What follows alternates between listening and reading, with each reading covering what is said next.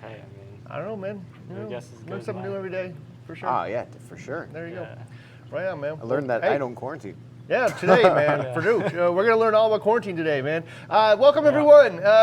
We have Elliot of Marine Collectors here. How's it going? I'm sure you guys have all heard me talk about him like 100,000 times at this point. Yeah. So we're going to learn some about quarantine today. Yeah. All right? Hopefully. So we're going to talk about quarantine strategy. We're going to talk about what works, what doesn't work, like kind of some progression of it. Yeah, the progressions for specifically me, because I'm stuck in like probably one of those progressions right now. Or I made my way to the end. I'm at the end of it, so it'll be funny to see Jump to the where you finish think that is. line. Yeah. You can actually leapfrog all the way to the end. yeah, if you're of the smart, progression. maybe. Yeah. Yeah. So we're going to learn all of that stuff today. So thanks for joining us. If you got any questions for Elliot or Yeah, any of shoot us, them in the comments. boom. Yeah. We'll answer all of them hopefully by the end, or well, I don't know, as many as we can anyway. Yeah. All right. So what's the #1 goal for quarantining your fish? Clean fish. I mean, you just want a fish that's happy, healthy. It's not going to kill off your entire tank, whatever. It's, ideally you just want to have just the fish, nothing else. No pathogens, parasites, protozoans. I think like that. a lot of us learned the hard way about this. Yeah. Absolutely. I've Hey, learned the hard way. Me too. I mean, Yeah. I've only started quarantining, 4 years ago? Yeah. I've been doing this 15 years. And it's just, yeah. That's So Path in the hobby. for me, when I asked you this, I think that the phrase you used is perfect. I hadn't thought about it this way before, but clean Yeah. fish, right? Like we share like, well, I want no disease or parasites or all that kind of stuff, but Yeah. clean like sums up the whole thing, Yeah. right? I don't have anything attacking the fish that is going to kill it, and then all of its neighbors as well. Just Yeah. clean Exactly. fish.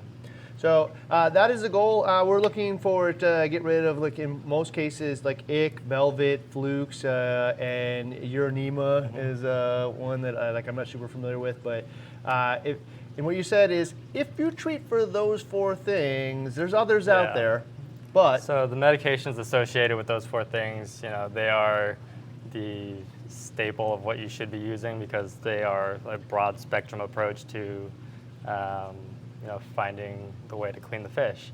With ick and velvet, you're looking at copper. With flukes, you're looking at prosy. With uranema, you're looking at formalin, and those really are the main things that'll crash a tank. And it's really what if you want to avoid. It's just killing everything off. So, how difficult are those medications to use? Like, if I wanted to use Incredibly easy. is it? Yeah. Okay. that was my next question. Yeah, I was like, because I've heard and I've seen people use cupramine or copper or what have you, and formalin. Well, maybe not so much formalin, but like prosy or some stuff like that. Used it on my own as a preventative. But when I used prosy, like I didn't account for there's like this oxygen depletion in the tank, so and I had this healthy. prosy and formalin Yeah. will both strip oxygen from the water. Yeah, I learned the hard way Can't about be run together. You need a lot of aeration. Okay. Yeah. All right. So it's really your willingness to kind of like take all of these procedures and put them in place. So you know what's hard, for sure, and that was my next question, is like, how easy is this? And I think hopefully by the end of this, you're going to learn that it is easier than you thought. Hard is acquiring all the information, especially if you need it right now. Yeah. Right? Like Yeah. my fish are sick, and I need to do something about it immediately, and I don't have the tools to deal with it. Hard is figuring it out right now, especially if you go out and ask, and you get 8 million different answers on how to do it, and you don't know what to do. I think the #1 thing is like the misconception, ick's in every tank. It's not. Parasites don't just spontaneously appear. They were put in there, likely fish, coral, invertebrate. It came in somewhere. Just the water from wherever you got the fish. Maybe they're on, the free swimming stage, just in the water. Yeah. The fish is wet. There's tons of ways it can get in there. So for me, man, that is, people get kind of tied up into is ick in every tank? And I feel like the reality is it's probably in most, but like you said, it doesn't materialize out of thin air. if you put a clean fish in the tank and you only put clean fish in the tank, it won't be in there. Yeah. The strategy to making sure that the fish are clean is the reason why it's in many tanks, but like, because you're not doing the right strategy. In some cases, like you're just reducing the chances, Yeah, not actually exactly. eliminating. And so you got to talk about the right strategy, but it is absolutely not in every tank Yeah. out there, and that's a misconception. The right strategy is just I don't know, process of elimination. You know, you just understand the medications, understand what they do, how they work, and you know, execute them properly. It's finding the right way to have quality control is the main thing.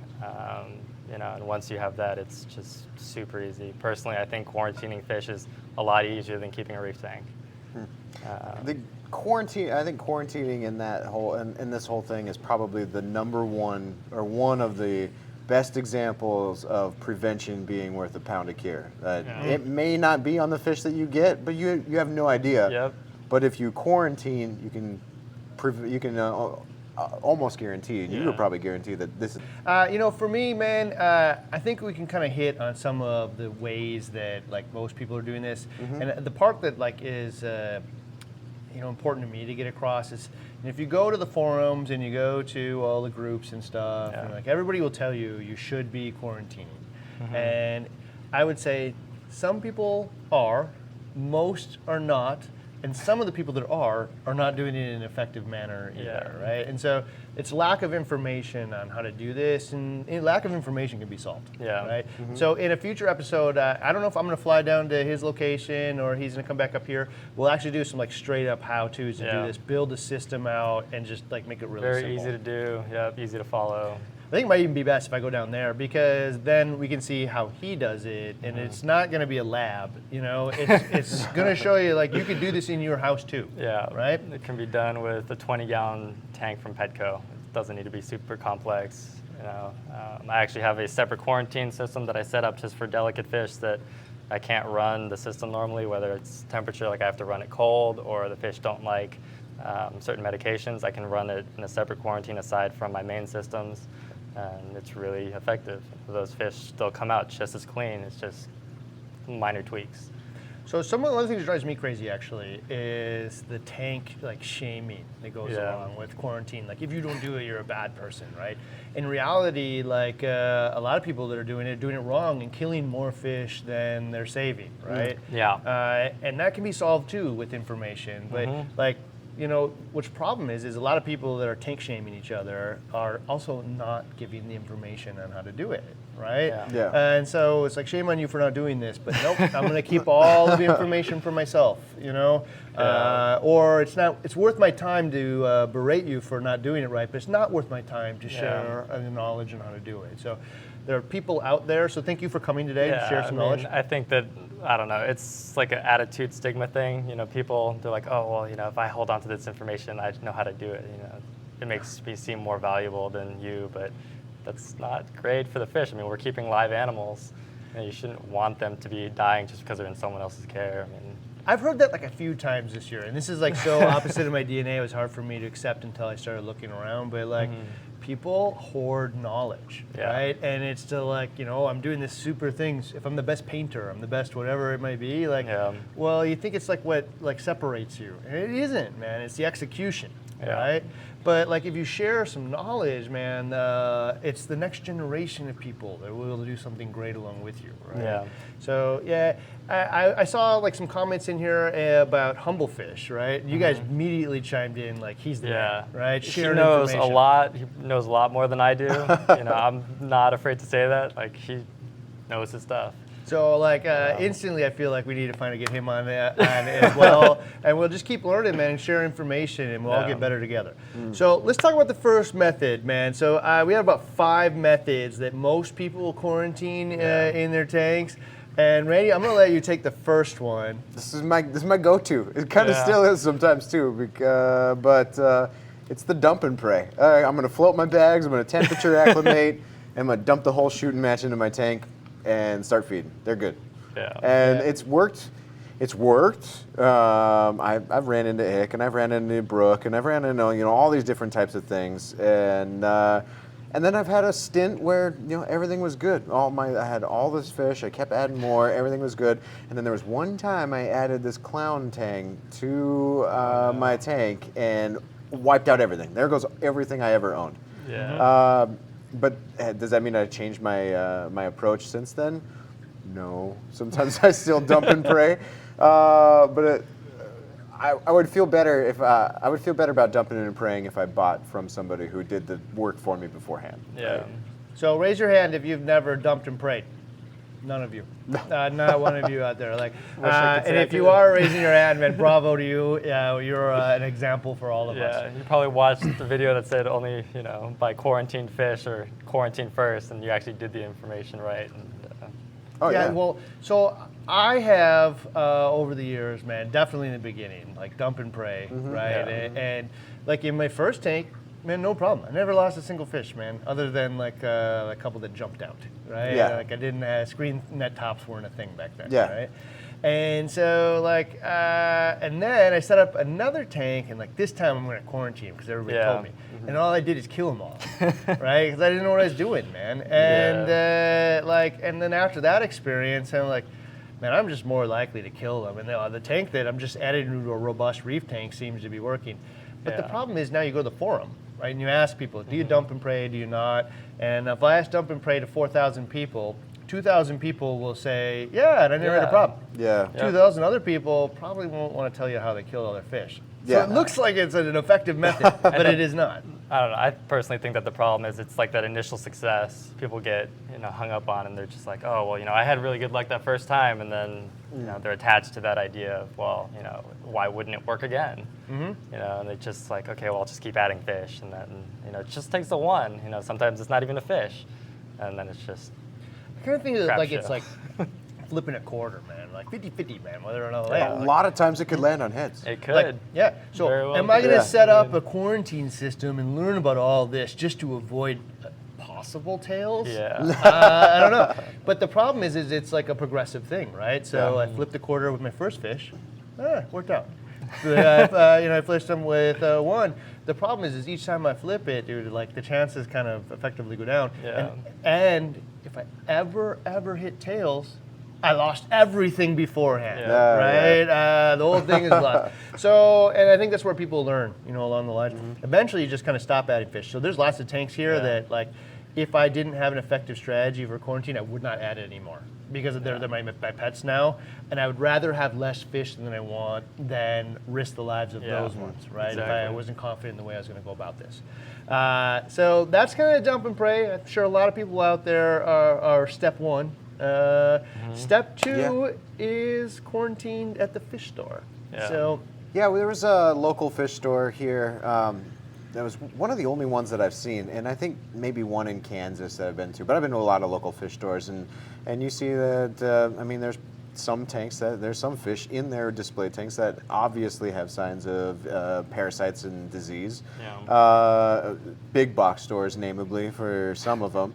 And then there's other ones, like a local one here, one like another one in Kansas, where you go into the back room, where not in the front displays, and they actually have a quarantine process set up, and they're actively. There's some warning signs on here for the workers and stuff that say, do not use this water for whatever reason. It has medication in it, and you can look at those fish, and you probably maybe can put your name on one, but you don't get them until you pull them out of the tank. Until they're done with their process. Like you're on a waiting list for this one. So there's an extreme end. So you quarantined at the fish store can mean a whole gambit of things, right? Quarantine could be, it's sat in coppered water for an hour for some people, and then for some people it's, we held on to it for 30 days. Quarantine could just be proactively being medicated. They could be observational. It really needs to be figured out. What are they doing? Actually, I went to a fish store last night with Chad, and I was really kind of impressed at the extent that they go to. Like, they actually quarantine the fish and hold them for 2 weeks in medications, and they have different systems with different medications running because some of them you can't necessarily run together. But like, that's the right way to do it. So I'm just going to hit on this right away. So that's New Wave he's talking about. And so New Wave on a whole variety of fronts. And she's the owner of New Wave. I'm going to get her on the show so you guys can talk to her too. Yeah. But Beautiful store. Like, I was incredibly impressed. Yeah, dude, and they go like fly down to Indonesia, pick up their own corals and stuff. They're super advanced people that are treating this like a business.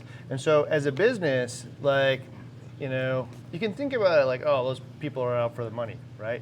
Yeah. But the most effective strategy to get money for them is to get you healthy pets, man. That you're gonna be happy and successful with, and you're gonna enjoy the hobby, right? Yeah. And that for them also, one of the most effective strategies for them not to lose money is to not watch their inventory die. Yeah. Right? And so what you saw there is like good for them, good for the people that shop there too. It's just all around good, just to be cautious and take precaution, and, you know, make sure that those fish are well taken care of.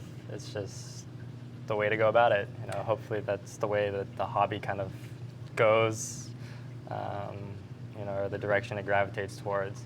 But you know, just most people don't have the information. There was actually another store that doesn't exist anymore here in Minneapolis, but like you had like a hybrid approach, right? So we're like half of the store was, hey, we just brought it in, kind of, you know, good luck. Right, which is, you know, a lot, you know, if you really get down to it. Yeah. And so they're cheaper, right? And then the other half of the store, they held on to them for 30 days. Yeah. And you know the reason that I knew they held them on for 30 days? It's because if I asked them, they would take you in the back and show you the quarantine systems for the stuff that isn't for sale. Yeah. You cannot buy this. We will not sell it to you, right? This is all in quarantine. When it comes out, I will put your name on it or whatever, and then when it comes out, I'll hit you up, you know. Yeah. But like, these are going to go into sterilized systems that are safe for you and whatnot. So, like, that is what I believe. You know, because they show it to me. Yeah. You know, like, so if you go to your store and you show them, like, in fact, most of you probably have a half dozen to a dozen around. Take the tour. Yeah. You know, and while you're there, ask them, like, what are you doing? Can you show me? Because I'm super interested. I'm looking for a place to be where I buy my pets from, right? And I'm looking for not necessarily the place that's going to give me $5 off. I'm looking for the place that's going to give me a 20-year pet. You know? Well, see, and you bring up a good point about like the price, and for somebody who, like, when I first started, I see if there's a fish that I want, like maybe I want a yellow tang, and I go and I type that into the internet, and I'm at my local fish stores, and I'm seeing a wide range of prices.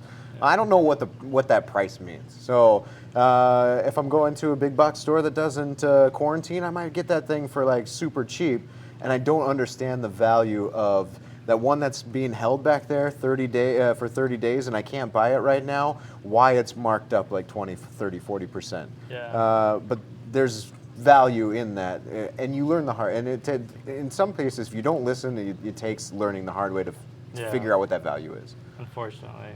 So a lot of this is about trust, man, right? So it's just about earning trust for the people that are selling your pet, right? Like, so when I buy a dog or something now, like my first puppy, I just got a puppy, right? Yeah. You know, now, like, I know that I'm buying a 20-year pet, man, and like I want it to be healthy and happy and whatever. And I'll do like some research on where I get this thing from, you know, like where its fathers were or whatever. And it doesn't like actually cost that much. In fact, in the end, it's way cheaper. It's a lot cheaper. You know, like because it doesn't have all kinds of vet bills. And Yeah. you know, much like this. The one that fish might be cheap, but if I like wipe out all the other ones, it was not. Yeah. And so, yeah, in this case, man, I mean, earning trust is, you know, having them show what you actually do, you know? And, you know, for the ones that don't do this, I guess this is terrible advice, but for the ones that do go out of their way, man, this is their time to earn like a lifelong customer because they're doing it right, and they deserve those people to come in there that are doing it right. It's a good opportunity. They will welcome the chance to be able to show that to you because they put so much effort into it, and it's a source of pride, right? Okay, so like another thing is you can literally go up and look for the sickest fish in the bunch and go say, I want that one, can I buy it? No, that's me too. If they sell that to you, leave. Just leave. I don't know, because I like taking a chance on some of those fish. And I would really make that decision if I had these quarantining and these medication type places at home, knowing that I've done this, I've treated this before, I've been successful with it. Now I'm looking to get cheap, sick fish because I want that fish, and Yeah. I can take care of it better than whoever's holding on to it. Okay, Yeah. so I think that's an alternative point to what I was getting at, Yeah. though. Like, if you know how to do it, Oh, go yeah. save that fish Yeah, by yeah, all means, for man. sure. Yeah. Like, if you For have sure. the skill set to do it, but if you go try to buy a fish from somebody that you can identify as sick, Yeah. and certainly the person selling it is, and they don't even bother to tell you, Yeah. you should not shop at that place. That's true. Like, Yeah. if they're like, hey, this is sick, here's some ways to do it, and it's a discount, well then, that's honest and transparent. Yeah, yeah. Right? Yeah. But if they don't, like in the beginning, I went to one store, and this is like my first corals, and I'm like, man, those brains are awesome. And I'm like, I've never seen anything like those ones, right? I want those ones. And he told me, he's like, dude, those are bleached, right? And they were like this super neon yellow. And Yeah. he's like, you should come back in a couple of weeks and see if they make it. Yeah. And I'm like, no, I really want it though, man. Like, I actually hope it stays that bleach color. I mean, because just brand new. Yeah, You know? yeah. And that was the right response. Earn trust from me. Now I want to go back because I know that they won't just sell me anything in the whole place. Yeah. True. All right, so I don't think there's like a list of things you can look for necessarily. Maybe you can help me with that actually. What There are are. the list of things you look for? So, I mean, the things that I always look for is what is visible on the body. You know, is there actual signs of some kind of infection? The majority of fish that come from wholesalers, they have something. So you know, spots, bumps, spots, discoloration. bumps, you know, if there's like visible like little flukes on the body. You can see if some scales are raised. You can see all these types of things. Labored breathing is another thing. Yeah. You know, and the majority of the time, fish have something. You know, which is any fish that you buy, you should treat it if you're going to quarantine it like it's already infected, even if it's not. There's no harm in being overly cautious. So that's a big thing. Majority of the fish have something. Something, Right? Something, yeah. And if you saw the facilities that they come out of, they're all next to each other, right? And they're all sharing the same water. Yep. So once you understand, you're like, oh, well, yeah, if I put like 100 people in a room that had the flu, or 100 people into a room of 1,000 and 100 had flu, pretty good chance this is going to spread to a good chunk of them, Yeah. right? And so, like, it's just reality, man. So you have to just, like, once you can accept the reality of the systems that these things come out of, like, oh, well, I should treat, and now I just need to learn how, Yeah. right? And one of the main problems is that, you know, wholesalers, where all the fish have to pass through first, their main job is just to keep that fish alive. They don't care what happens to it after it goes out to somebody, to a store, to a customer, whatever. It just needs to stay alive so that they can move it out. It's a turnover business, unfortunately. Well, part of that, though, is us, right? That's Yeah. all of us in this room, all of you guys watching too, man, Demand. is we all want it cheap. Yeah. Right? And so soon Yeah. as we show that we're willing to pay for a higher, healthier pet, most people are actually willing to provide that service to us. So, like, as long as we're out there trying to save whoever's going to give me $5 off the next yellow tang, that is the mechanism that has Yeah. like, they'll all go out of business. If you try to provide a way better business that like has a lot more expenses to it, but the same retail cost, Yeah. it just doesn't work. Yeah. Right. So we have to recognize as a community like what it is we want, how to like identify where it is when we see it, and then support those businesses. So in that spirit, the fish store, one of the best places. If you're going to walk into a fish store and say, this place takes care of its fish, what were the things that you could help these people identify that they would see in that store as, this is the right place for me? I mean, personally, I think that you should look at, you know, what medications are they running? How long do they hold the fish? Will they show you that that fish will eat? You know, is the fish, you know, behaving normally? You know, I think the number one thing about quarantining fish and keeping fish and getting them to that healthy, clean state is just being able to identify what a healthy fish looks like. You know, I actually had a customer that came and picked up a fish locally, and he was like, "Oh, hey, I like that fish that you have." I'm like, "It's not healthy. It just came in. You know, I'm gonna probably hold on to that fish for a month before it's ready to go. But, you know, to an untrained eye, it's just that's a cool fish, and I want that. And unfortunately, a lot of times it's just that impulse to buy something that you think is cool right there in the moment that leads to disaster." So.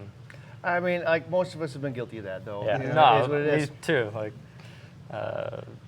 11 years of my hobby, I was just like, well, eggs in every tank. You know, I just feed the fish, feed them garlic, Yeah. get them onto whatever foods. You know, make them fat and happy. They'll be fine. Yeah. Sometimes. Yeah, They will. sometimes. Work You know, there's sometime. plenty of tanks that, you know, you throw fish in there, they do great, never have an issue. You know, and some of those fish are alive 20 years later. That makes an interesting opportunity for somebody out there who might. I mean, you say they have to, you know, behaving naturally like that fish should, or looks like naturally like that fish should. I wonder if there was an app or something somebody could make where like this is an adult, this is a juvenile, this is what their behavior for like a 10-second, 15-second clip, Yeah. and then I can just reference that when I go to the fish store, like, hey, this is what this thing should be looking like, and it's not. Yeah, I mean, why not? Somebody would go be very make that. cool. Like, you just made every store a nightmare. But, like, that is awesome. And if I had that, it'd be the greatest tool ever. Somebody make it. Yeah, for Yeah. sure. That'd be very cool. Okay, so you're talking about these medications, and you're walking into the fish store, and you're looking for, you know, fish behavior and anything on them. What about like their setup? So obviously, if they have some kind of quarantine-looking setup and it's Yeah. labeled as such, and they show that they do, what do you feel about? I'm just interested. What do you feel about like UV? Personally, I think UV is not effective at all. Not even as part of the whole. I think that for things like bacterial blooms in the water column, they're a very effective tool, but for parasite prevention or eradication, they are completely useless. So Interesting. that's super interesting, yeah. man. Like, Again, that's just personal opinion. yeah, you this know. because it is. It's just opinion. Yeah. Right. But like, and the answer is nobody really knows. Yeah. Right. But I mean, experience. yeah, no, well, the science behind it's great. You know, whatever passes through it, you know, it gets sterilized, it can't reproduce anymore, but that's exactly the point. Whatever passes through it, what about all the stuff that doesn't? You're not going to get every single drop of water to go through there in a set amount of time with whatever, you know, life cycle duration that parasite's going to have. It's just not possible. There's too much variance. So I agree 100%, right? In the essence that Yeah. you are definitely not going to absolutely prevent or eradicate anything. Yeah. So like the people, like the ecosphere that I've come from is the goal, as long as the goal is not prevent and the conversation is about, can we reduce the chances of an outbreak? Yeah. Right? Like if I use a properly sized UV that does process, you know, most of the water in the tank, you know, every hour, Yeah. not every last drop, but most, can I keep the population of parasites in the water column down to the point that I may never actually see the visual signs of an outbreak in the tank? Yeah. Right? It will still be in there for sure, right? But will it not be at a population that overwhelms the immune system? Yeah, of the I mean, fish? in a perfect scenario, I think it's definitely possible, you know, to get those lower levels. But I think in just most applications, you know, a 25 watt UV on a 100-gallon tank is not adequate. If it's going to be for that effort of, you know, getting rid of protozoan parasites, like ick and velvet, which is what most people are going to be using that application for, you know, it needs to be something way overkill. You know, like it's an exaggeration, but like a 400 watt UV on a 100-gallon tank with several thousand gallons of water going through That's there like its own heater.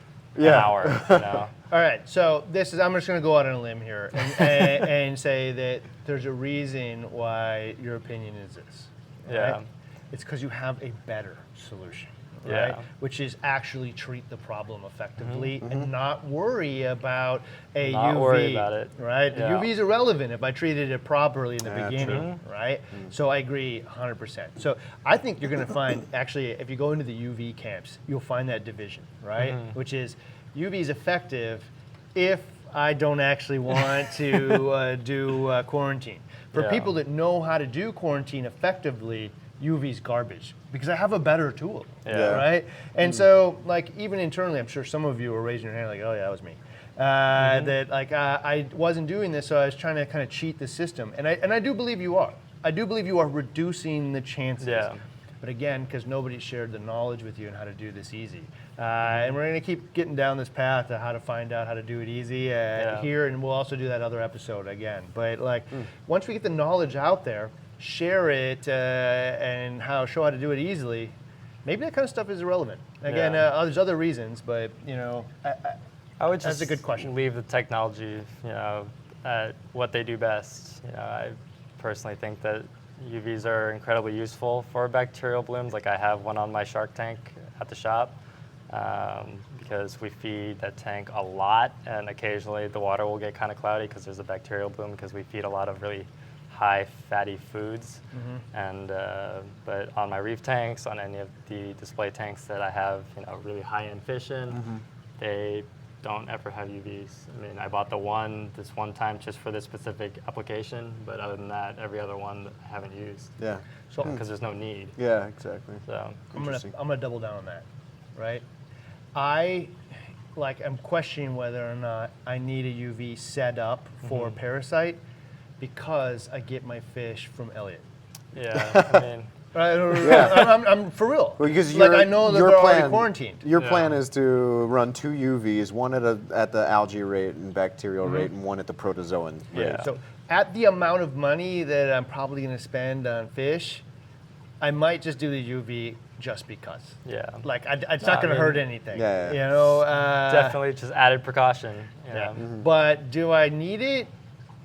Probably not, because we treated the fish right to begin with. Yeah. So let's move on to the next one. So this is the fish store stuff. Got an idea what to look for there, or whatever. Now, online, right? So this is online quarantine. This is like where next step is, because a lot of us find out eventually you buy the fish at the fish store, and then one day you're like, oh, it's cheaper online. You can, Yeah. you can ship my fish right to me. And they have exactly what I want today. Yeah. Yeah. Right? I'm like, oh, right, right on. One-stop shop. Yeah. Okay. Yeah. So here's the problem. There's a conundrum in here. Yeah.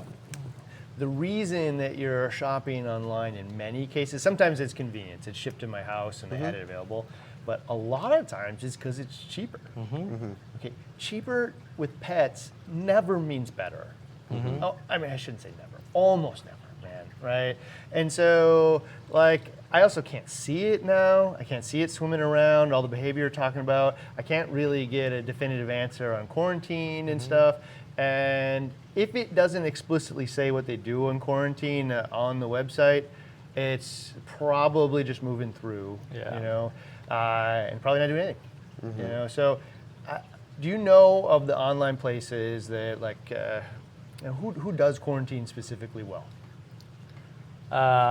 I mean, I don't know. Without naming names, the smaller stores usually have a more effective approach. Larger rate turnover stores, their quarantine's primarily consistent of they got it in, repacked it, and then it's sent back out.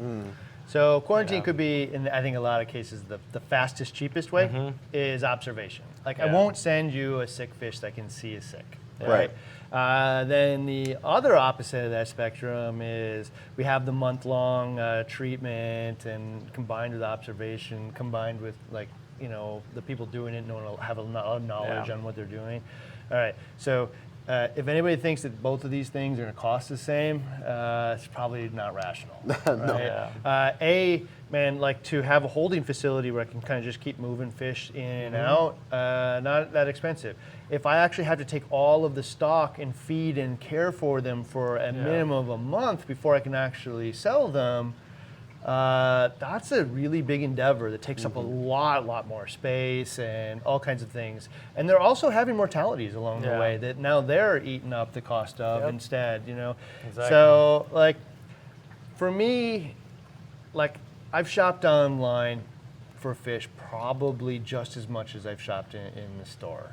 And me too. I've actually had good luck online, especially with the hope and pray. But part of that, my own personal belief, is just because it's been in less systems. Yeah. When I bought it direct from some of the bigger places, they're actually shipping it right out of the importer, right? Yeah. Right out of the importer's facility, instead of traveling around to the fish store, sitting in their systems, and then me and whatnot. Yeah. So I've actually had good luck with that, but we're still in the hope and pray scenario, right? Yeah. All right. So, anything else you can think about in the online element? What could you look for? I'd actually read. Personally, I would just call the company. Boom. Ask them, hey, what are you doing? And if they're kind of beating around the bush, they don't really want to give you a definitive answer. Yeah, there's something they're not wanting to tell you because of whatever reason. There's something that they know is not the right way to do it, and they don't want to tell you that because then you're not going to buy it. So. It's just like the store, man. It's just like the walk in the store is call and talk to somebody and like give them an opportunity to earn your trust, right? Yeah. I will just say this, man, and I don't know if everybody will agree with this statement or not, but I'm gonna give one blanket statement here, is when it comes to pets, the people that move the most pets are generally not the supplier of the healthiest pets. Can you think of a scenario outside of fish where that is not true? No, because it's happened to me before. I've went directly to like dog breeders, had the higher price tag, and probably went to maybe a vet visit like outside of routine once or twice in its life.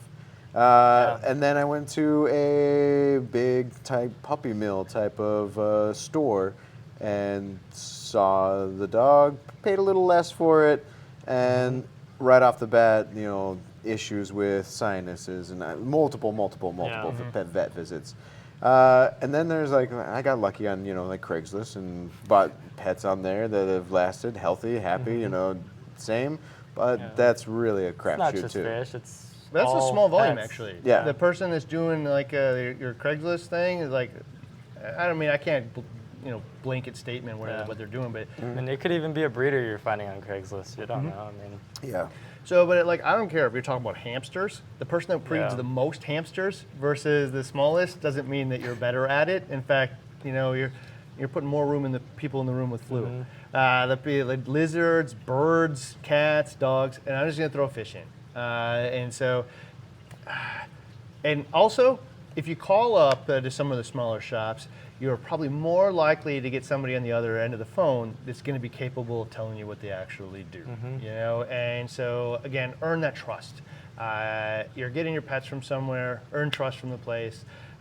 Unless you just absolutely don't, because hopefully by the end of today's video, we'll have a little idea of how you can quarantine at your own, in which case you can actually get cheap and then take care of the pet yourself, right? And so it's like best of both worlds. But if you don't, if you're not going to do that element, really thinking about where you're getting it from. Like, I'm not a veterinarian, so I don't know how to spot the signs of a poor, healthy puppy. Yeah, true. And so, I just have to do my legwork up front, Yeah. And if the pet's sick, I'm going to pay a lot of money later on to my vet. you Yeah. know. Luckily, my vet is actually really into reef tanks, and some of you may have seen his channel, but Dr. Ryan, he gives me a little discount once in a while on my pets because we share fish tank stuff. But I get super lucky there. So, all right, so we're gonna go on to the next one, man. So we've talked about, hope and pray in there. We talked about the fish store. We talked about doing it online. The next one is doing it at home. What does this look like, right? So what kind of, just describe the system a little bit of what it looks like to do a quarantine at home. It could be a range of things depending on how into it you really want to get. Personally, I think that it could be effectively done with just a 20-gallon tank, a hang-on-the-back filter, and that's it, water changes. Okay, so I got my fish. I went to the store. I got a fish that wasn't quarantined. It was cheap, and I'm super happy with this. And now I'm going to get a lot of value out of it by quarantining it myself. Yeah. Right. What's my first step with setting up this 20? So the first step is have it set up first. Don't buy the fish and then try to set it up, in the spur of the moment. Thing about quarantine and why I personally believe most people don't have success is because of bad water quality. A lot of people, they set up a quarantine with a tank, which is just water, an air stone, and a heater. And personally, I think that's why 90% of the fish die in quarantine. There's nothing processing the waste. And even if people tell me all the time, I got this fish in quarantine, it was eating, it was doing great, and then it died a week later. I was doing 50% water changes every 3 days, blah, blah, blah. And I'm like, okay, well, think about it. If you have a fish producing waste, you remove half of it. They produce the same amount of waste, you remove half. That's still building up, and they're just sitting in their own waste, ammonia, whatever. There's nothing breaking it down. So this is my question, right? And so this is the conundrum I ran into in the beginning. Was I was told set up a quarantine system, right? And you actually don't need it running forever because you don't want the water from last time necessarily. Like the copper is actually going to kill the bacteria that are in there anyway, and so Actually, like, not true. yeah, so like clearly that's not true because I've heard otherwise since, but like it was a conundrum for me. Like, well, I need to save the fish and ammonia, but like setting up a filter doesn't work. I still know sand because they will like harbor the parasites. Yeah. Something really easy to do is get like those really old school bio balls, the plastic blue ones. Stick them in your overflow, let bacteria grow on them. And when you're ready to set up your quarantine, just take those out, use them just to break down ammonia. That's all they need for.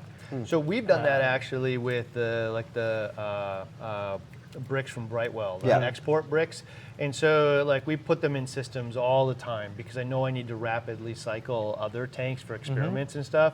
And then we just pull it out and put it in that system and it works really well. So very similar to that. Yeah, it's very similar. The only reason that you're using bio balls, that are plastic opposed to a porous media is because the medication won't bind to it.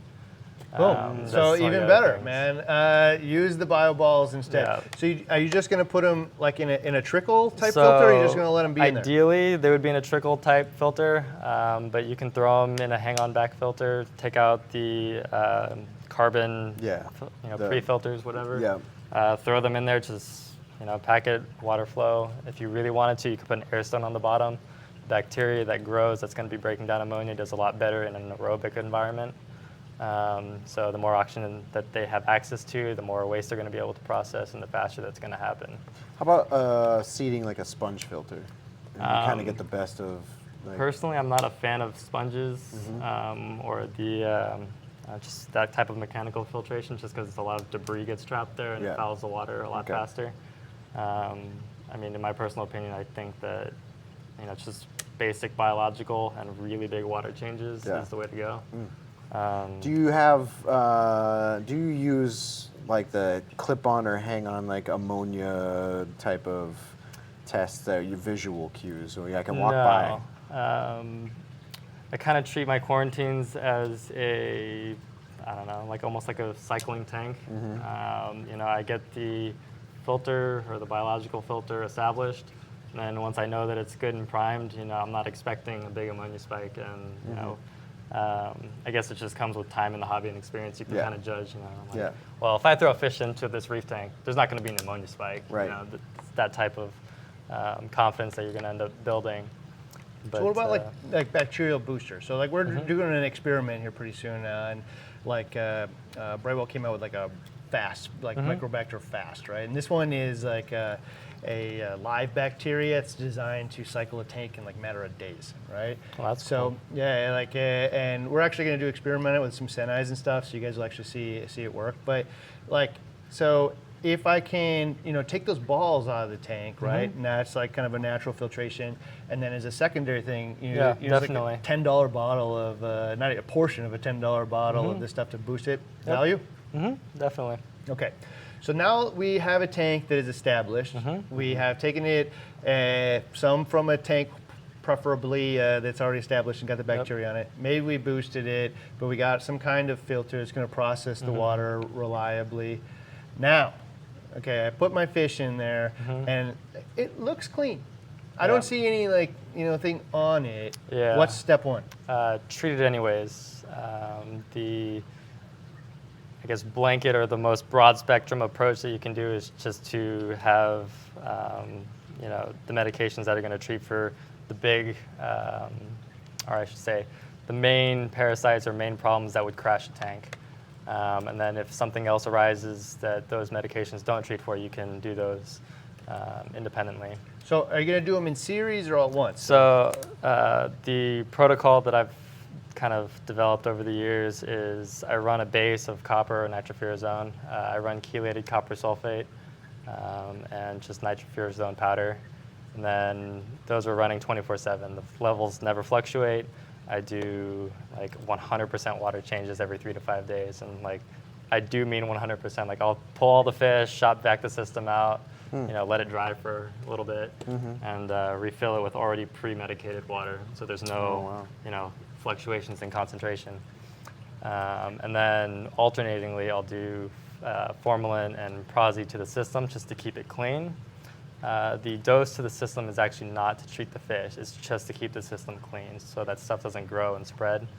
And then I'll give the fish additional baths as well, in prosy, freshwater, or formalin, to treat any other issues that could potentially arise. So will you do those all of those things proactively, or some of them only if you see proactively, yeah. All proactively. I mean, so the benefit for me is I'm local to some of the biggest wholesalers, in the world, and I can literally go and hand pick fish.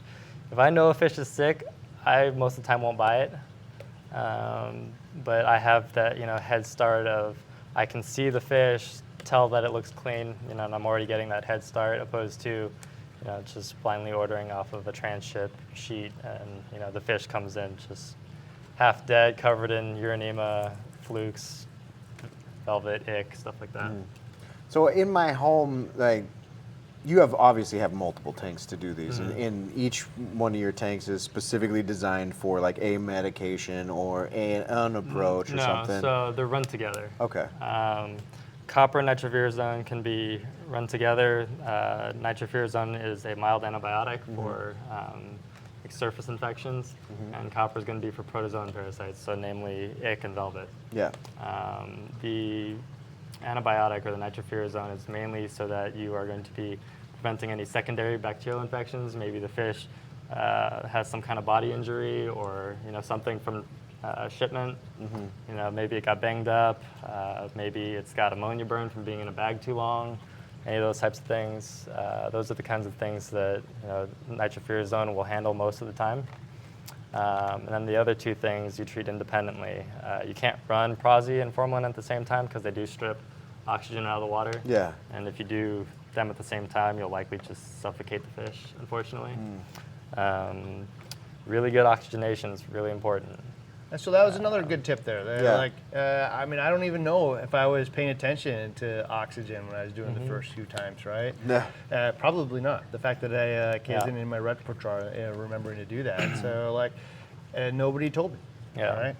So all right. So you do these things, and you started this whole thing with, oh, this is easy. It's easier to keep and reefing, and so everything's easy when you know how to do it. Yeah. It's like, if you go up to like a bass fisherman, like catching a bass is easy. If you just put me in a lake, man, and give me a bass book, it is not easy, man, right? If you walk me through each step, it will probably be easier, right? And so, again, I don't know when we're gonna do it, but I want to go down to his facility and let's just go get a fish, right? And simulate what we would do to this thing. And then once you actually see it, you're like, I could do that. Yeah. Right? And we can go through the actual processes. And it's only one 20-gallon tank, and a handful of a couple of medications that are pretty inexpensive as well. And we'll walk you guys through it so you can do this. In fact, I make this analogy a lot because I thought I was a good bass fisherman, and it's total crap. I'm not. And it was because the right person took me to the right place and showed me how to fish these places. And then I brought my buddies back, and we were like, we catch 30 bass in a morning, right? Yeah, because I know the right way to do it. Somebody showed me the exact way to do it in these exact spots. But if I go to a brand new spot, I don't know how to do it anymore. So I'm not a bass fisherman. I just know how to fish this area. So our goal isn't to make you fish like a veterinarian, but if you get a couple of fish, you could follow these steps really easy. And it is easy when somebody shows you the exact method. Yeah. I mean, you could literally, so long as you get the concentration right, you could just blindly throw fish in there and they will get better. Doesn't really matter what they have. If they have any of those four things, it'll get treated. You could just not even see the fish, and it will progressively get better the longer it stays in there. So one of the things also is there's 100 ways to do all of this stuff, and some of them are more effective than others. Some are ideal, some just take too much work. Some sound ideal but don't actually do it. Or have downsides, but the upsides are better than downsides. So I got two questions for you. Okay. So the first one is, one of the first times I talked to you, you told me you didn't want to tell me the type of copper you use because it's the type that everybody says don't use. So maybe you could elaborate on that. Yeah, I mean, I use chelated copper sulfate, which, I use Copper Safe, if you want to go and find it. It's not, I guess, the ideal medication that most people prefer. Most people think it's too harsh on the fish. I think the opposite. I know a lot of people are gravitating towards, like, what's the CP? Cupramine? No. Oh, I know what you're talking about. Yeah, I can't think of it. shoot, I can't think of it at the moment. Oh, another one. It's, So, but why harsher is better? it's not necessarily harsher is better. It's just the way that it works. Like, I was talking to a sales rep about cupramine, and supposedly the way that the element is designed, it's not supposed to affect the fish's gills, supposedly. Or at least that's what I was told. The majority of parasites hang out in the fish's gills. Flukes, ick, velvet, that's where it is. And then when it spreads to the body, you know it's really bad. Fish that can be carriers that never show signs of infection, it's carrying it in the gills, not on the body. Just because you can't see it doesn't mean it's not there. I mean, I run my copper a lot higher than the recommended dosage. I run it around like 2.5 parts per million, or parts per thousand, opposed to the 1.5 to 2 that it's recommended. Reason being is that technically, in a perfect system, you could have a clean fish in 8 days. You know, that's the length of duration that the parasites actually could potentially be on the fish. In a perfect world where the parasites fall off, you know, medication kills them when they're off the body of the fish, and then that's it. You know, it doesn't go reproduce and then reinfect the fish. You know, and a lot of times you get these strains of copper-resistant ick because you're running it at low levels. The protozoan has the ability to replicate fast enough and adapt, and then that's where you run into issues of like, okay, well, you know, I coppered the fish for 30 days and somehow I still got an outbreak in my display tank. You know. So again, this is one of those things, like if I went to my doctor, right, and said I had high blood pressure, I could go to 20 doctors and get 20 different blood pressure medications, right? And they all have a really distinct reason as to why that was the one, you know, that like is best for you, right? And there are different reasons and approaches to it. So in this case, kind of like what I'm hearing is, well, light on the gills, well, great, but not if that's the place I'm trying to treat. Yeah, I mean, You know? technically, you know, the parasites, they're untreatable while they're on the body of the fish, so you actually need to wait for the parasites to leave the body of the fish.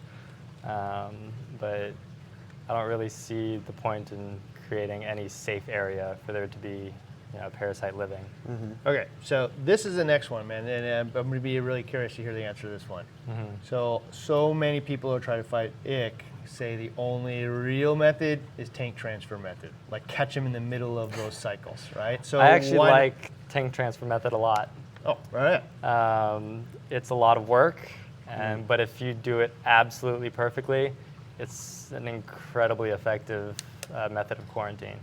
So we've seen that effective here, by the way. Like that is one of the ones that's the easiest to do, you know. And for those of you who don't know, like they said, they fall off, and then they go in the water, and you just move them to the next tank, and you just can kind of outbeat their growth cycle when they're on the fish. Yeah.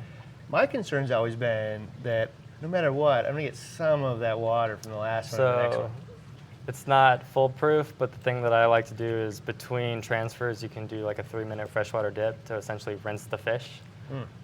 To get any of that, you know, quarantine water from that other system off of it. It's not 100% effective, but it's, you know, that extra effort to go there and So- to clean the fish. Is tank transfer part of your normal rhythm? It's actually not. why not? Tank transfer is something I save for more medication-sensitive fish, mainly just because it's a lot of work. I have a couple systems set up so that I can do tank transfer, but the amount of resources that you need to be able to have to do it effectively, in my mind, is a little bit cumbersome opposed to just running medications. Personally, I think that if you're going to do tank transfer and you have the right amount of, you know, biological media that you could do, you know, have independently biological media for each transfer, you know, because eventually you're going to have almost 8-10 transfers at some point. You know, have 8 to 10 independent biological systems for each transfer. That's kind of a lot of work, and then you got to restart it every time you do a new one. Okay. Is that even realistic I- for somebody as a business? I know. That's what I'm. That's I mean, Yeah. the extra mile that you go to for particular fish. Yeah. The majority of fish can be treated with medications. Wrasses don't really like prosy, but they actually surprisingly handle chelated copper sulfate well. Occasionally I'll get some really rare deep water fish that I'm like, okay, well, you know what, I'm gonna play it safe just because I know the fish is sensitive to begin with, and I'll put in that extra 20, 30 hours into that fish just to make sure that it's perfect, opposed to taking that risk. But it's all up to not being lazy and just having that want to do the work to make sure that that fish is happy and healthy. Okay, Yeah. so go ahead. Well, half the time so you're talking about all this work and this medications and learning a new part of the hobby is exciting and building all these things is fun and stuff, but is it feasible for me to do at home? Am I more likely to do it at home? No, probably not. I mean, I've dabbled in the quarantining before, had a success, probably failed a few times because I really didn't learn everything about it and what the medications are doing. And now I'm at a point where I'm just not going to do this at home anymore. I'm not in that phase anymore. Of like, I'm trying to do this at home. Yeah. So one of the things I just picked up in there was 20 to 30 hours, right? And then, now granted, that was for the more advanced approach, Yeah. 8 I mean, transfer methods. there's 100 different ways to quarantine fish. There's no one set method. So if I paid you to do that, and I only paid you $10 an hour, I should expect to pay, man, like $200 to $300 extra for that fish for that one thing, right? And so, like, that's where it comes in. We're like, all right, I don't want to do this myself. I'm going to pay somebody else to do it. What's reasonable? Yeah. Is it I was going to pay $35 for a fish, or am I going to pay $45? Probably not that. And it's actually going to show up the most on a $30 fish. Like, it might be $150 now, right? But if I was buying a $300 fish that is a $450, it really doesn't show up the same way, right? So that's the next thing we're going to lead into right here. So we talked about, again, toss and pray, quarantined at the fish store, quarantined online. Now we're quarantining ourselves. And even though it sounded super complex there, I guarantee after we produce this episode, you will say, oh, I could do that if I wanted to. Yeah. All right. But then you can hire a service. Right? And so there are quarantine services out there, right? And it just so happens one sitting here. And the reason that I even know Elliot here is actually I asked some of the guys here, resident fish breeder, Chad, hey man, where should I get fish from for the variety tanks here? And I want healthy fish. We don't have time here to quarantine, man. We're just moving fast. I want healthy fish. I want to know I'm taking care of them. They're on camera. I don't want them dying all over. I just want to know that we're doing this right. And he said, you got to talk to my guy Elliot, right? I have learned a lot since meeting Elliot, so thank you very much. Yeah. But you know what I do now? I send an email or even a text or whatever. I'm like, Elliot, I need this fish. And he's like, all right, I'll keep an eye out for it. And then when he finds one, he gets it healthy, and then he sends it to me. That is the level of process. Is it more expensive? For sure.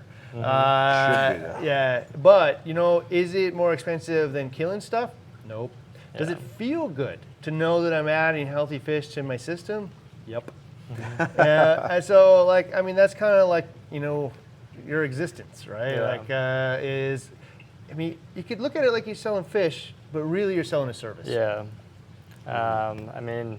That's actually how I started this business. It was more catered to finding those rare fish that people really wanted, or it was, somebody would message me, they'd be like, hey, I'm looking for this fish. I'm like, okay, I'll find it for you, quarantine it, condition it, whatever, and then I'll send it out to you. The lack of time and labor that people have to put into finding that fish and just being able to reach out to someone. And I'm not the only one out there. There's multiple other people out there that I'm sure do the exact same thing. But it's just it's convenience at the end of the day.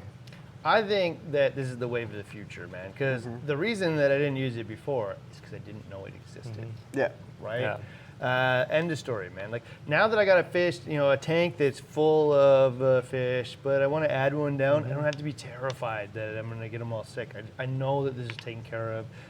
better than I would do it myself, Yeah. right? No matter how I do it myself, I know it's better. So like, you know, the existence of this, I think, as people get to know more about it, is like, well, you know, like, yeah, I would like that. And if people are really publicly sharing what I'm doing to take care of the pets and make sure you're getting healthy pets, I'm certain that you're going to want to get them from there.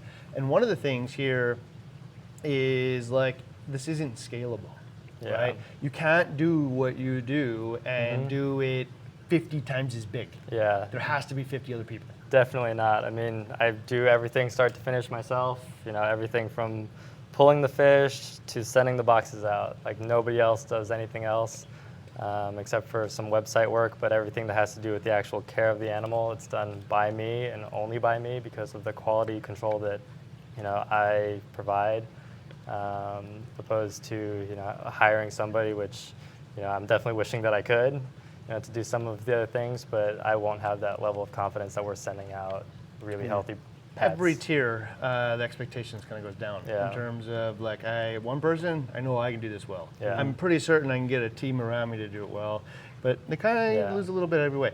So for me, like, I'm gonna go to the dog thing again.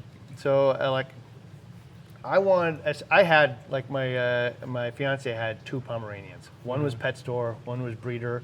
The pet store one was way cheaper, except for ultimately cost us like 10 grand in hips and all kinds of other stuff, right? It was so obvious the difference, right? And so I wanted a case hound. And so I looked around and I found this lady that bred them in Kentucky, right? And so I like drove down there to buy this thing from her, and she told me its lineage, and it wasn't really that much more expensive than like any old breeder. I just put a little effort into it, right? And then when it was time to like get another dog, man, she's like, yeah, so I finally bred some more, and you could actually have Running Bear's cousin. You know, that was my dog's name, Running Bear. But like his cousin, I'm like, that's so cool. You know, I have his cousin, you know, and whatever. But she had an awesome experience. The pet's super healthy, man. Like never have any problems. Yeah. And actually, I brought him back. He won cutest puppy, so like it went on all fronts. But you know what, man? If she decided that she wanted to scale this up 50 times bigger, none of that would be true. Yeah. There's no way to do that, right? It's just, it's not feasible. I mean, there's no way for me to send out thousands of fish a week because there's no way I could keep an eye on thousands of fish a day, you know, every day, 24/7. It's just, it's not possible. It's just not enough time. So I'm gonna go out there and say, if we scale this out 10 years from now, 3 things are going to change that aren't necessarily true today, right?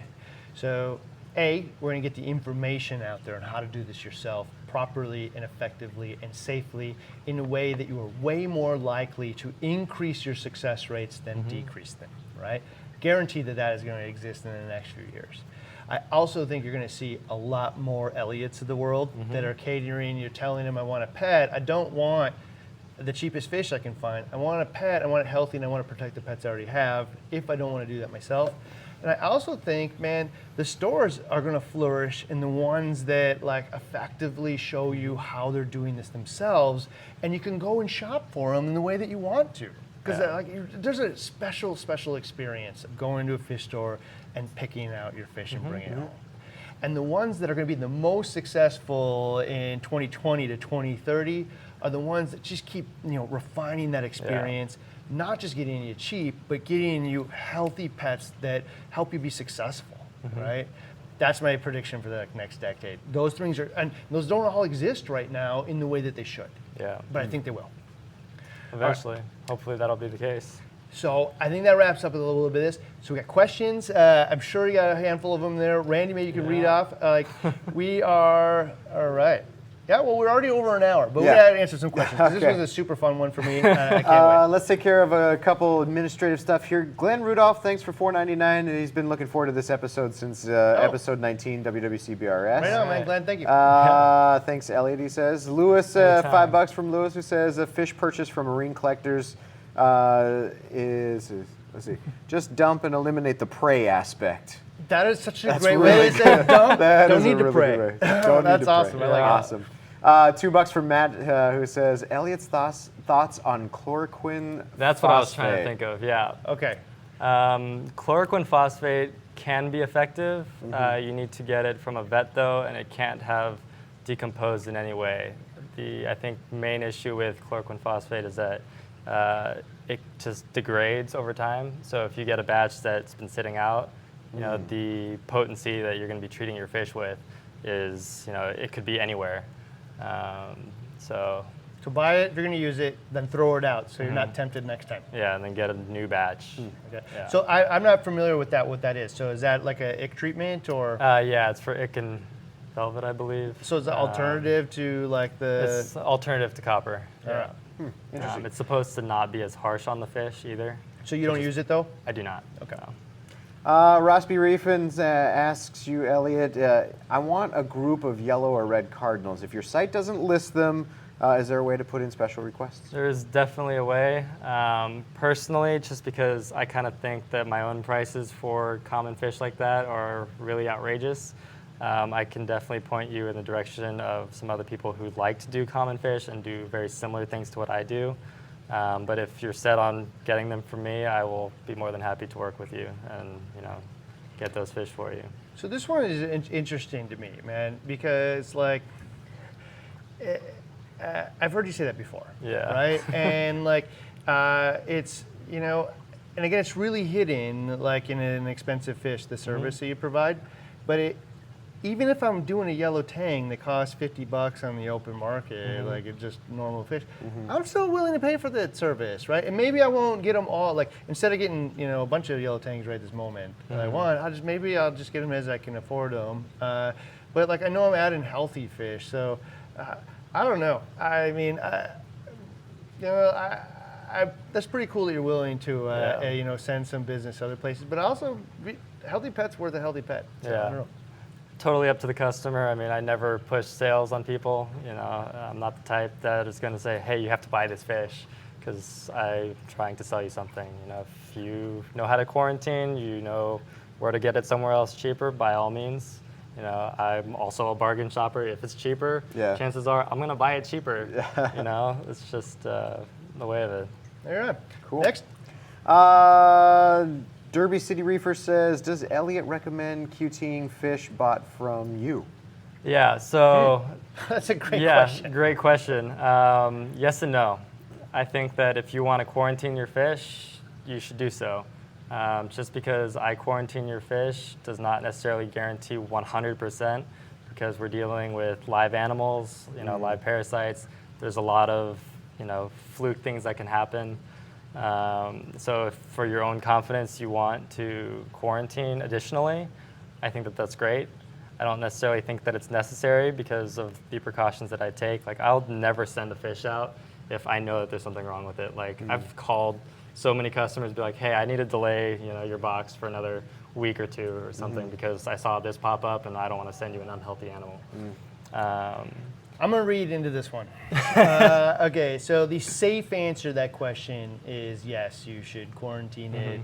You know, you should never put anything that comes to your house like not through quarantine. That's the safe question. But I got you a personal question. Yeah. All right. So if you went and got a fish for yourself and then you quarantined it to your standards, would you quarantine it again? Nope. Yeah, so the answer is no, you shouldn't. You don't need to, but the safe answer that covers all bases is yes. Right? And it's wise to think that way, but also recognize when you're getting diminishing results. Yeah, I mean, all the fish that I keep myself in my own personal tanks, I put them in the exact same quarantine as all the other fish that I sell. They get the same protocol, same treatment, same everything.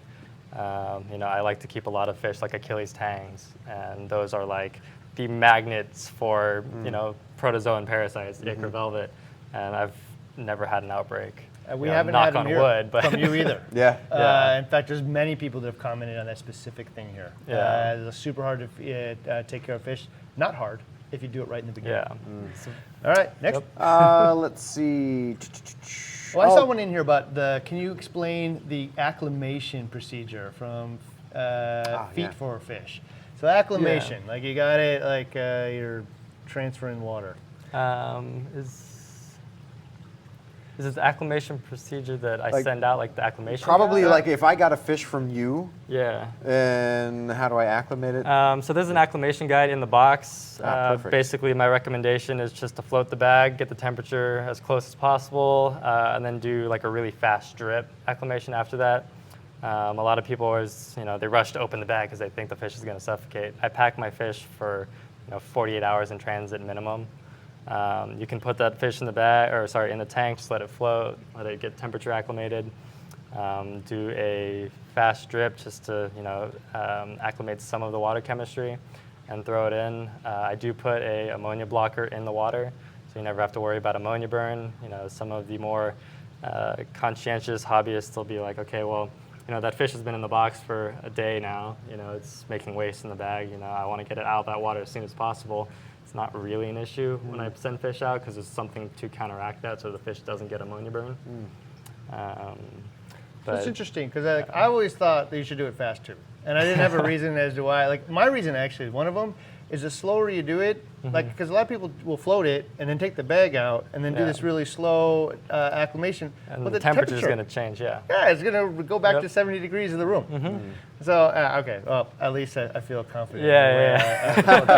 But yeah, like fast is better than slow for me. So there you go. Michael Rolfe says, can you put the bio balls in a media bag and sit it at the bottom of the tank? Yep. Well, so I had another question while you were using it, is would you reuse those bio balls? Can you clean it enough? You can. I would bleach them and let them dry out for like a week, and then you could reuse them. I would not necessarily take them from the quarantine and then put them back into your display, just in case something's kicking around in there. So bio balls are cheap, by the way. So this would be my concern, and just knee-jerk. Everybody says like your silicone's sucking up the copper and all this other stuff, right? So if I put them back in there, are the bio balls going to leach copper back into the tank? It could, but I think that the extent at which copper could actually bind to it is so minimal, and compared to in comparison to like let's say a live rock or some sand, it's not porous enough. So what you can buy bio balls for? Yeah, Throw them away. Use them once, throw them away, keep a rotation. Yeah, it's easy. All right. Michael also asks, have you tested any hydrogen peroxide for dosing, hydrogen peroxide dosing for QT? I have not. No, that's interesting. There you go. David Leary says, do medications kill or damage macroalgae in the refugium? Well, I don't think you'd want to, but most people aren't medicating their display tank. This is completely separate when we're talking about any of the medications. I don't know that you would necessarily have a refugium on a quarantine. We do feed live ogo, which is macroalgae, and usually we'll get about 10 days out of it before it starts to really degrade because the medication is just kind of eating it away. Right. Also formalin's an algicide, so it'll just kill it overnight too. So. But water changes and bacterial filtration is your #1 filtration for your QT. You really don't need like the macroalgae, scrubbers, refugiums, nothing. Simboy says, can you do Paragard and Coopermine together? To be honest, I'm not super familiar with what Paragard's comprised of. I believe it's formalin and methylene blue. I could be wrong. You should be able to run them together, assuming that that is what's in them. I don't know if you can run methylene blue with Coopermine though. So there's that 2-pack thing that I've seen around here. It was like a methylene blue and then the green solution. Nitrofurazone probably. So like those can be run together, obviously.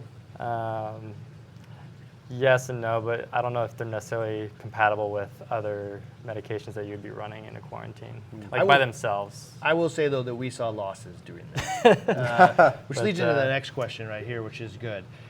Is I lose about 40% of my fish in quarantine in treatment. How much do you lose in your quarantine treatment? I'm going to answer honestly. I don't actually know the actual number. I probably keep around 300 fish at a time, maybe 10% or less. And it's so you do lose fish? I do, of course. I mean, there's no way, in a business setting to have 100% survivability at all times. Right. Some things are just unexplainable or undiagnosable, and then by the time you do diagnose it, the fish is too far gone. So for those of you who don't know, 10% is actually really, really low. Especially if you're talking about, I'm going to hold on to these for a month or more, right? Really low. So actually, that's another thing I wanted to address. I don't necessarily believe that you need to medicate fish for a full 30 days. The quarantine that I do is only 14 days. Granted, that's a minimum, but I've had plenty of Achilles tangs that I keep in my own personal tanks just as indicator fish, just to, I'll constantly be feeling the pulse, if you will, of how effective it's being. Never had anything show signs, and the concentration at which I run the medication seems to be doing what I want it to, which is as soon as the parasite falls off, it dies. There's no reinfection. So there you go. I'll answer one more, and then I can see one more I want to answer myself, bottom one there. So. All right, so one more for Elliot. Do you use a microscope to verify that they are clean before the fish ship out, and how do you verify that they are clean? So I do not use a microscope personally. I actually have a lot of friends that are marine biologists, and if there's any issues that arise that I haven't dealt with and that I'm not confident in, I can actually bring them the fish. They'll do gill clippings, they'll do fin scrapes, they'll do body scrapes, whatever, so that we can know how effective the quarantine is. The quarantine that I'm currently running, or that protocol, is actually something that's been developed over the past 4 years. And to develop that protocol, there was a lot of testing first, to see how much is actually left behind, and what concentrations those medications need to be run at. I don't want to say 100% effective, because I'm sure as soon as I do, it'll something will pop up, just because that's how things are. But I like it when people they know full well 99.999, but they want to be honest and dude, there is a scenario. It's so rare. Here's the thing: it's a live animal. It's not 100% definitive every single time you do it. Okay, my instinct now, actually, when anybody says 100. I don't know. 99 is as close as I'll go. Never the full 100. Yeah. So awesome. By the way, somebody here asked, when are we going to see another BRS 360 video? So I talked to Felix this morning, actually. So I got to lock him down. My tank is going to be shipped by January 10th. Right? Oh, nice. See, he promises me. Okay. I'm going to send him this link to this video. And the stand is still in the work. My sump is here, by the way. I can't wait to show it to you. It's so cool. But the stake and stand, so I don't know, it's getting pushed out a little bit. I had no idea how hard it is also to get people to come to my house and put drains in and stuff. Tile work's finally done. I actually we shot a video. I saw the steel sink that I want. Oh, yeah. Actually in an environment next to saltwater. I'm like, all right, I'm going to do it. Yep. So it's coming along, but I'm kind of pushing it off just a little bit because I want to once we get it going again, I want to keep it going instead of just pausing it in and out every week. So somewhere around there, I don't know. I'm motivated. I want to do it. It's going to be probably end of January or something. As much as you want to do a video every week, for anybody who's done a dream tank or a big tank, there's time.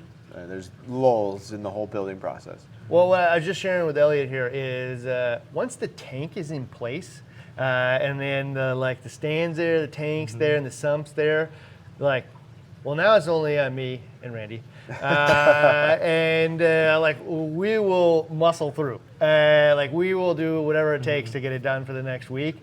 But there's some things that are just floating out that are out of your control. So a couple of those things are happening right now. So it'll probably be a month and a half or so. We see another real major episode on that one. But once it gets going again, you're going to see it pretty perpetually right after that. Awesome. So thank you very much for coming out. This has been a long time coming, man. I can't wait to get out to California. We were saying maybe Reefapalooza, but after this conversation, I want to do it sooner. So I can't wait to come out, man. So thank you very much. And definitely. I'll see you. Go to marinecollectors.com. Get a fish. And we will see you next week.